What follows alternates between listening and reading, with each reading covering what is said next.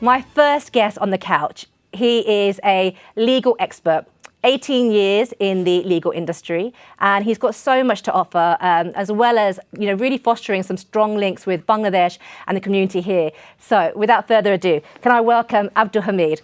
Hi, Abdul. Hi, assalamu alaikum. Wa alaikum salam. How are you? I'm very well, thank you. Thank you. And have you travelled far for us today to the studio? No, not very far at all. I'm local. Local, okay, fantastic. Now, Abdul, if you tell me a little bit about yourself, I know you've been in the industry, as I said, for 18 years. So you're not at the start of your career. No. Probably on the other end of the spectrum, actually. And you've probably seen a lot of changes in your career from when you first started to now. Tell me how you began all this. Like, how did it all come about? Oh, wow. So we're going back a good few years now. So I think sort of 2000s, maybe, yeah. So 2000, 2001, I graduated from Queen Mary University of London. And it feels a very, very long time ago. I can imagine. It's changed. A lot has changed with the university and the location. So I graduated with a law degree, so LLB. I got a 2-1, alhamdulillah. And then I went on to go on to do my law school. So I went on to do my GDL. And then I joined a private practice, a West End law firm. All right. In the West End, and we were doing mainly litigation. We were working with some high net worth individuals, Saudi royal families, Qatari royal families. Yeah, it was really certainly was high level individuals. It was, yeah. And it was really exciting, very interesting work. A lot of international work. Right. So I got to experience a really kind of broad range of issues and topics. So alhamdulillah, I qualified into that. And unfortunately, this was on the back of the financial 2007-2008 sort of financial crisis. Yes, of course. And unfortunately, the firm went under due to a lot of the foreign investment that it had. And so at that point, I thought, right, okay, what do I do now? I'm sort of out of a job. I just qualified, so I just managed to complete my I just managed to complete my training contract. So alhamdulillah, that was something. Yes. And I thought, right, what do I do now? And so they had this amazing opportunity to do some voluntary work in Bangladesh. So I decided, actually, that sounds really interesting. So it was an organisation called BRAC, who are absolutely massive in Bangladesh, but they have a lot of other outlets all over the world. Yes. So I was associated with the UK-based arm, if you like. And so they said, look, we want to send you to Bangladesh to do some legal work out there. So I thought, absolutely fantastic. So I went out there. I was there for about just under 2 months. Right, wow. Working with the Human Rights and Legal Services team out there, working with some really interesting work. Really enjoyed that. Came back to the UK and managed to land a job at the government legal department. Amazing. And 15 years on. And that's here where I you've am. been. Wow.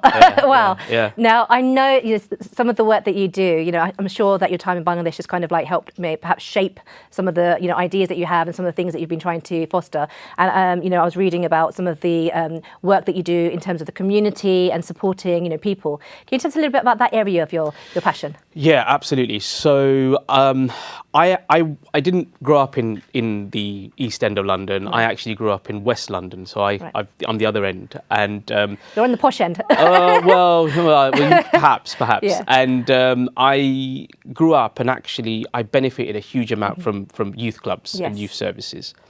So one of the things that I was really passionate about, and I still am passionate about, is youth development and working with young people, because I know just how much it's impacted me personally, at a personal level. Not just me, but my friends and my social circle.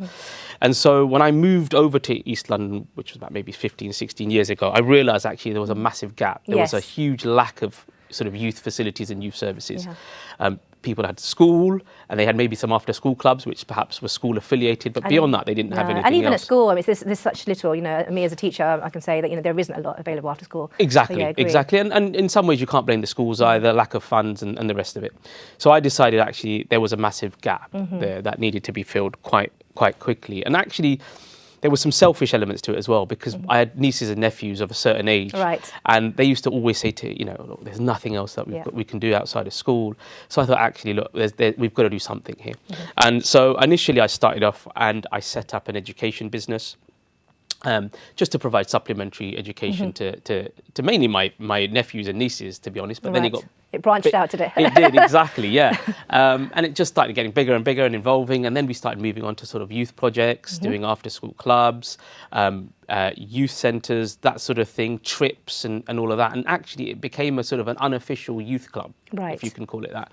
And alhamdulillah, I set that up in 2012. And yeah, we've been just continuing, we've been growing. Over the past 11, 12 years, we've supported over 3,500 young people. That's amazing. In and around East London. Wow. I don't know how many sessions we've run, how many workshops we've run, but not just that. We've done other projects helping women get back into work. That's incredible. So mainly BAME women, so Black Asian women who have been out of work for a long time. We've run projects to kind of get them back into work as well. We've done careers services, career support services. So we've done a full range of stuff. I know you founded the Future Focus Network. Correct. Is that sort of under that umbrella? It is, yeah. So it's sort of slightly, so Future Focus Network is the kind of the umbrella, if you like. And then I've got education business called Study Buddies and SB Education. And that's basically the education arm that provides all of the kind of the after school support. And actually, we do a lot of work with schools as well. So we've done some in-school support as well. Amazing. Now, you've got so many different fingers and different pies, and there's so many things I want to ask you. But you're also Legal Operations Director for New Life Medical Services. That's right, yes. So this is a clinic in Bangladesh that myself and 4 other directors set up back in, I think it was just at the start of COVID, so 2020, so we're 5 years on now. So I am the only non-doctor, non-clinician amongst this group of 5. Okay, so you're the legal side of things, making sure they don't mess up, right? I'm the add-on, perhaps, the third wheel, or whatever you want to call it. But yeah, no, alhamdulillah, we set that up initially with the vision of basically providing almost like a general practice service to people in Sylhet. So almost like a GP service that you would get here in the UK. So people would go in and generally get sort of, first primary sort of care for a range of issues. Yes. And then we went into sort of diagnostics. So, a more sort of diagnostic centre where we had a lab and that sort of thing. We also had an ambulance service as well. Incredible. And then what we decided actually was really what we needed was to be more niche and specialist. Right, okay. Because that really was where the demand was. And so amongst our directors is I never know how to pronounce this, ophthalmologist. And forgive me if I've not pronounced that right to all the ophthalmologists out there. But anyway, he's a sort of an eye specialist. Yes. And so that's his bread and butter.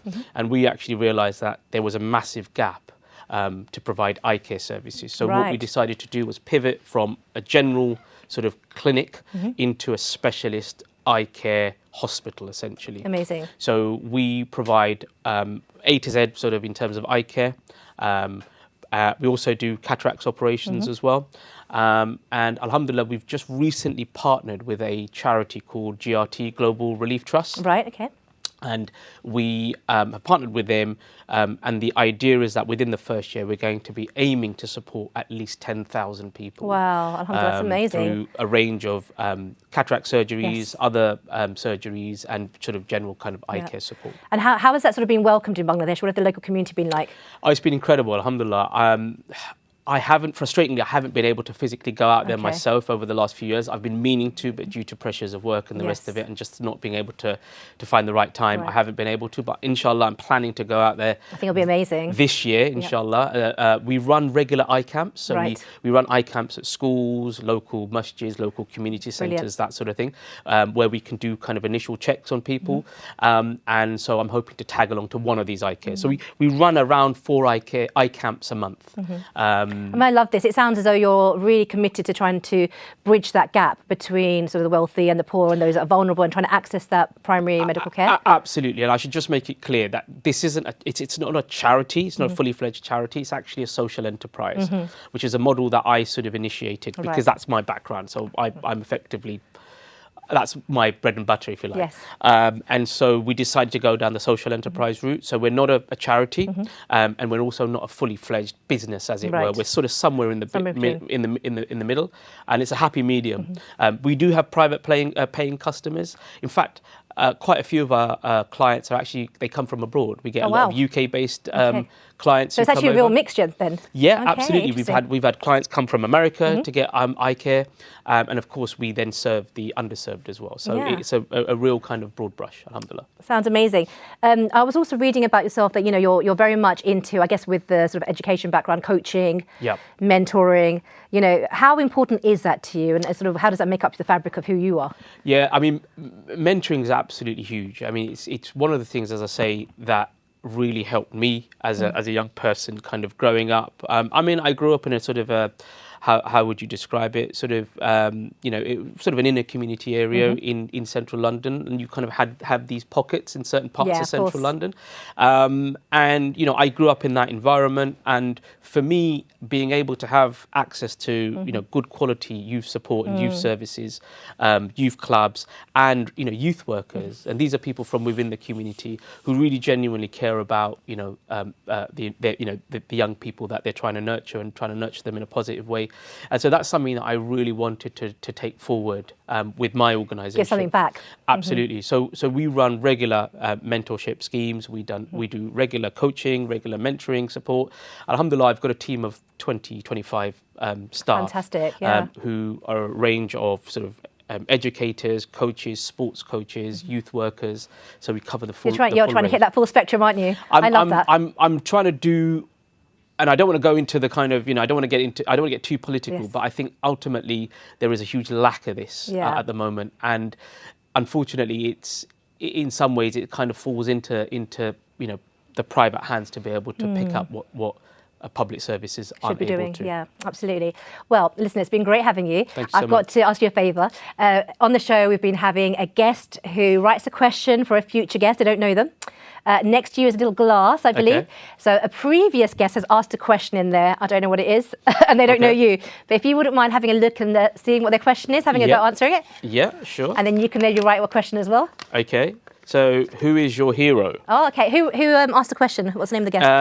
Arham Malik. Oh, Arham Malik, yes. Who was also an associate at Mishcon Durraiya. Yes. He was one of my guests. Oh, right. Okay, yeah.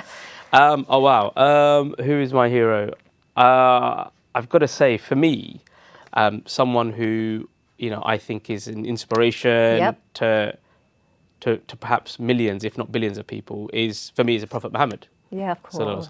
Who was, the best of mankind, right? Absolutely. So he was a mercy to mankind. So he, for me, would be my hero, someone who I have absolute admiration for. Absolutely. Beautiful answer. I love that. Thanks so much. Thank you so much. Stay in the studio, write a question for us for a future guest. Okay. I've loved having you on. I feel like we didn't even have enough time. Come back and let's talk some more, because I think you've got so much to say, and it's great hearing about these projects. Sure. Thank you so much for joining us. Thank you for having me. Thank you.